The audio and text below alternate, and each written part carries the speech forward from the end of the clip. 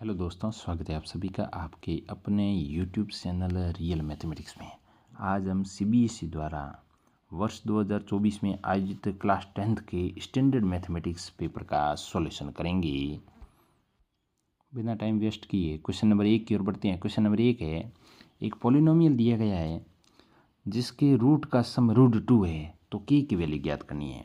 किसी भी quadratic equation के यदि दो रूट अल्फा और बीटा है तो उनके जीरोज का सम कितना होता है -b/a। प्रश्न में अपने को दो जीरोज के सम कितना दिया गया है, √2 है, और यहाँ पर b क्या x का कोफिशिएंट है, तो माइनस ऑफ x का कोफिशिएंट अपने को दिया गया है k√2 बटा a, यहाँ पर क्या होता है x² का कोफिशिएंट, और x² का यहाँ पर कोफिशिएंट है 2, तो बटा हो जाएगा 2।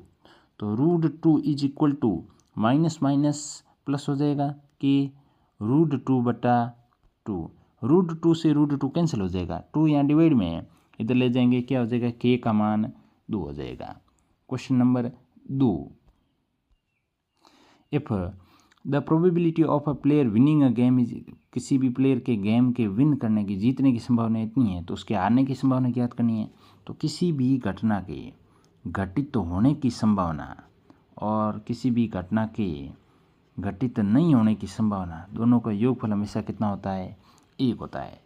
तो एक प्लेयर द्वारा मैच के जीतने की संभावना 0.79 है, तो उस प्लेयर द्वारा उस मैच को नहीं जीतने की संभावना, दोनों का योगफल कितना होगा, 1 होगा।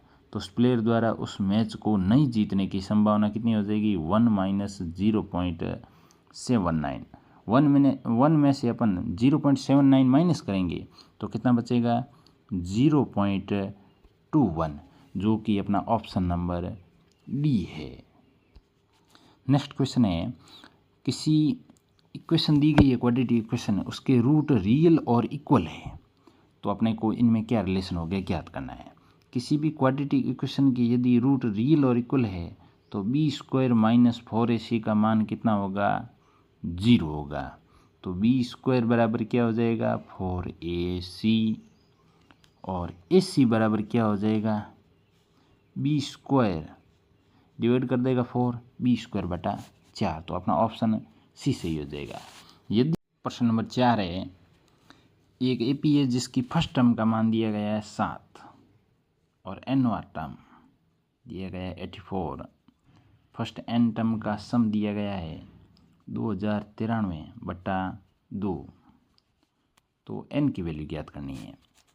n की वैल्यू ज्ञात करनी है, फर्स्ट m टर्म का सम ज्ञात करना है। Formula SN = n/2, a plus अंतिम टर्म में अपनी an है, यहाँ पर SN का मान है 2093/2 बराबर n की वैल्यू अपने को पता नहीं है, तो n/2, a का मान है 4, an की वैल्यू है 84, 2 से 2 कैंसिल हो जाएगा, 2093 बराबर n, 7 + 84 हो जाएगा 91, इधर मल्टीप्लाई में डिवाइड कर लेगा। 91 का भाग 1 है, इकाई अंक इसका 3 है, इसका मतलब 3 बार भाग जाएगा, ये सीधा 91 का भाग देंगे कितनी बार जाएगा, 23 बार। अपना आंसर हो जाएगा 23।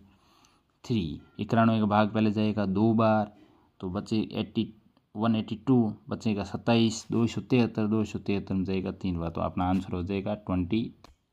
क्वेश्चन नंबर 5 है, इफ 2 पॉजिटिव इंटीजर्स p और q है जिनकी वैल्यू दी गई है और एलसीएम ज्ञात करना है। 18 और 20 का एलसीएम, ये 18 और 20 का एलसीएम 2 से डिवाइड करेंगे 9 बार, 10 बार, 10 बार, 2 से डिवाइड करेंगे 9 बार, 5 बार, 3 से 3, 5, 3 से डिवाइड करेंगे 1 बार और 5 बार, 5 से डिवाइड करेंगे 1 बार और 1 बार, तो 5 × 3 15, 15 × 3 45, 45 × 2 90, 90 × 2 180, तो बी और डी में से 2 ऑप्शन कट गए। अब a² b की घात 4 और a³ b² का एलसीएम ज्ञात करना है। एक अपने को दिया गया है a² b की घात 4 और दूसरा है a³ बी स्क्वायर। इनका अपने को क्या ज्ञात करना है? एलसीएम ज्ञात करना है। सबसे पहले ये पूरा ए स्क्वायर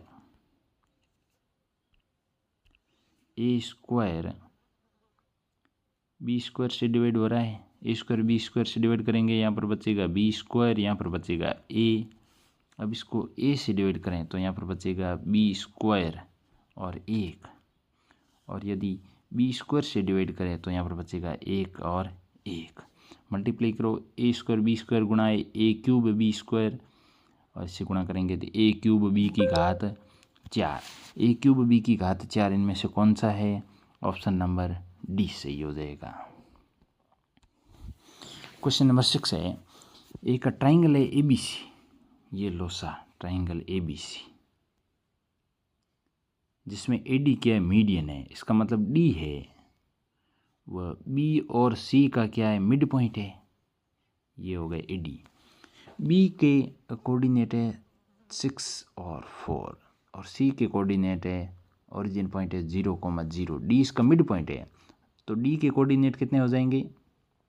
6 + 2। मिड पॉइंट के निर्देशांक कैसे ज्ञात करते हैं? x1 + x2 बटा 2, तो 6 + 0 बटा 2, 6 और 0 6 में 2 का भाग 3 बार, 4 + 0 बटा 2, 4 और 0 0 0 बट 4 और 0 4, 4 में 2 का भाग 2 बार। तो डी के कोऑर्डिनेट हो गए 3,2, और ए के कोऑर्डिनेट है 5,-6। तो अपने को ज्ञात करनी है एडी की लेंथ ज्ञात करनी है। तो एडी इज इक्वल टू